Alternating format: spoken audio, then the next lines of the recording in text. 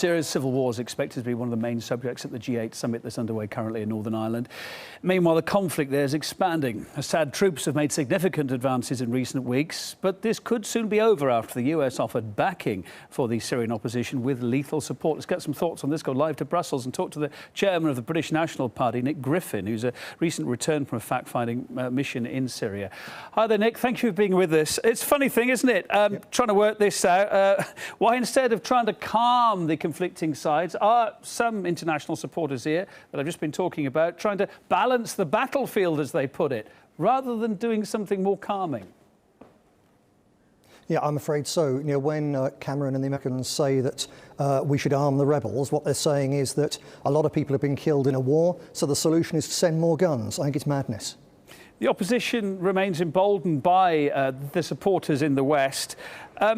Does this support come at a price? How far does that support influence what the opposition does?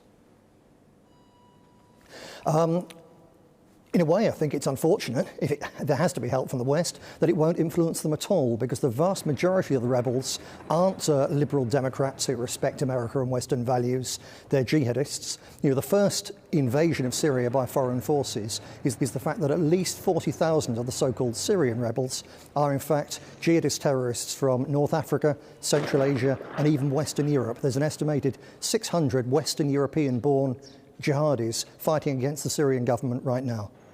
Another interesting question, of course, Assad's government is still the legitimate government in charge there, as voted in by the people. Why isn't there a greater call from international forces outside calling on the opposition to talk to Assad? Why is that not happening? This has gone on for such a long time now, and you don't hear that call. Well, unfortunately, the Americans, the British, the French and especially the Saudis aren't playing this with a straight bat. Their interest isn't in sorting out the Syrian problem. It's overthrowing the Assad regime, which is really the last secular and tolerant regime in the whole of the Middle East, and replacing it with Wahhabi extremism. And politicians in France, Britain and America, they're in the pockets of the Saudis, and so they do what they're told. Will Britain eventually, do you think, support Washington's idea to send lethal weapons to the opposition?